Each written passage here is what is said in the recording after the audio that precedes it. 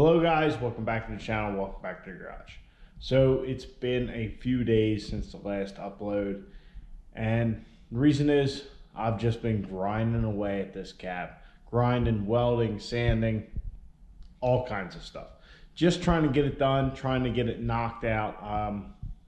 As I've said before, I think you guys are kind of tired of that content. I am as well, as far as making it and doing it. It's just gotten very monotonous. So this cab project definitely went a little further than I ever anticipated, which I've said before.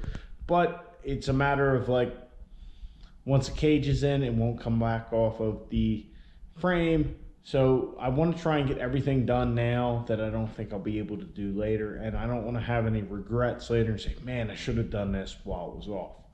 So that being said, I've just been trying to knock it out. So rather than trying to, produce a little content for you guys and then put it all together, I've been spending that time working on the cab. So first things first, got all of the holes in the floor covered. Not well, let's be honest. The MIG welder definitely is trying at sometimes for me, but we got everything covered up, as you can see, by all of our little patch panels. Got all of our little ovals covered up. I was certainly thinking about purchasing some of these ovals that were in there. Somebody had mentioned in the comments that they thought they were drain plugs. I don't know, but I thought about getting on one of them. I could find a part number on, but I finally decided to just cover them all up.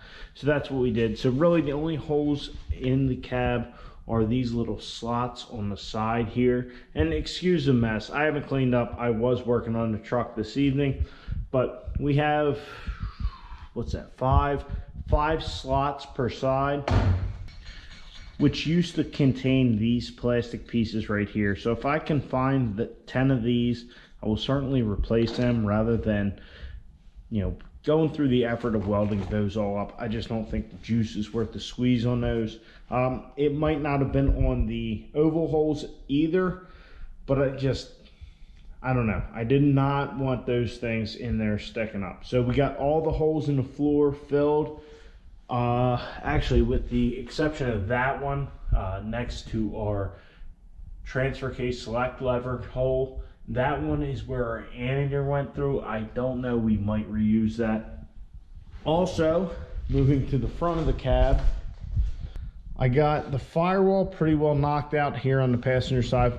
On the driver's side, I didn't touch it. Reason is, I don't know what holes we'll be using, what we want for wire harnesses and all that. This one right here, I know is for the master cylinder. This one's for the not the drive shaft, for the steering shaft. But the others, they can probably be covered up. We're gonna wait until we know for sure, just so we're not doubling our work. But I got everything patched up here, even our big hole here on the side for the HVAC system. I got all our corners kind of cleaned up. They were a little rough from before. So all that's cleaned up, ready to go. Then moving to the back of the truck, definitely did some more sheet metal repair back here. If you guys remember, we slipped with our Sawzall and made a big gash right here. Well, that is now filled in and covered up. Really just a pain in the ass. I do not like this sheet metal. Sheet metal is a mother.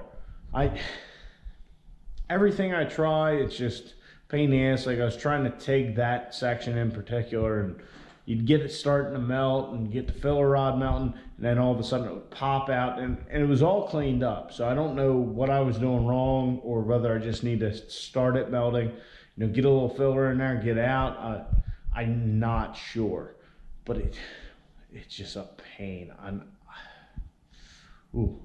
If I never do sheet metal again, that's too soon. So got that filled in, a couple more holes in the back here. Such as right here, we had a little slice, so I got that taken care of with the TIG torch. But got that looking good, kind of got where I'm satisfied.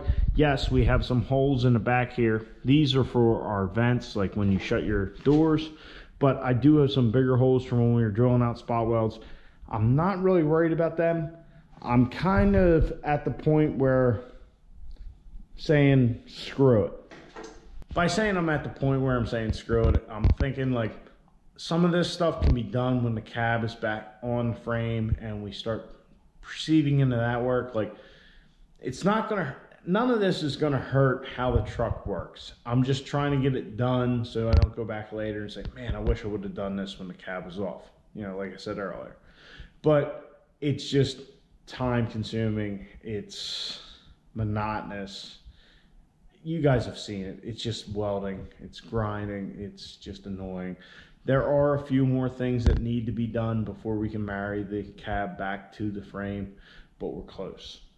And like I said, getting to the screw it point, which is not really even a screw it point. It's like, if we have time later, we can fill these in. Like those holes I just showed you on the back of the cab, we can do those later. I don't know why I was worried about them so much. I guess I'm just thinking, get it done. So that's kind of the update on the cab. I just figured I'd fill you guys in. I got a lot of stuff done. I mean, it probably doesn't look like the amount of work that went into it, but trust me, there is grindings all over the ground, the floor, in the cab, everything in the garage. I mean, just look at this pile right here.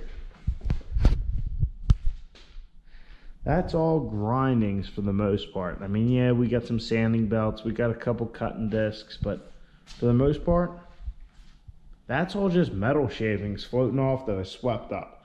So that's how much grinding and welding I've been doing on this thing. Having the MIG and the TIG has been invaluable. It's honestly, if you didn't have the option to switch back and forth, it would kind of suck. Because the TIG just takes time, the MIG's quick, but kind of a little hard hitting. But man, it really helps out.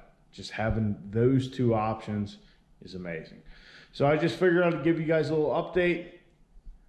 I'll probably keep doing this till we're done. We do have some more stuff to do to it, like this slice right here should be fixed. But like I said, when I said screw it, well, we don't have to do that. Door closes on it. We're not necessarily worried about aesthetics so much, but it does need to be repaired. So that's the kind of stuff that we have left. It's all little crap like that, nothing major. Most of the major work and cutting is done, and whew, I am relieved and just happy. Like I said, another thing I just saw, this black, I don't know, mastic or whatever you call it, that, you know, there was a panel on there. It's probably sound deadener, but that can come off at a later date. It's not a problem. Just heat it up with the heat gun and run the scraper down it like I did right here, and we can clean it up. Yeah, it's not perfect, but we're not looking for perfect. We're looking for workable. No, not workable. We're looking for function.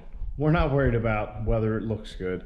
I mean, I do want the truck to look presentable, but I don't concern myself with show quality. That's not the point of the truck. The point of the truck is to show that it goes fast.